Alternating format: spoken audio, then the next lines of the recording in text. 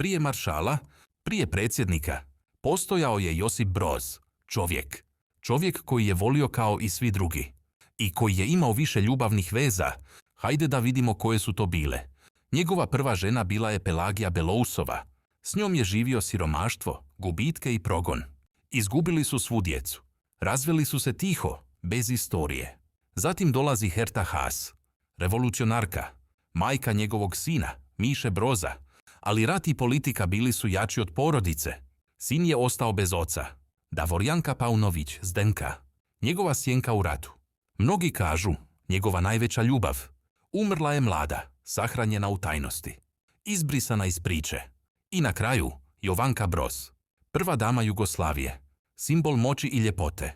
Ali i ona je završila u tišini. Izolovana, zaboravljena, samat. Tito je vodio državu, ali nijednu ženu nije uspio sačuvati,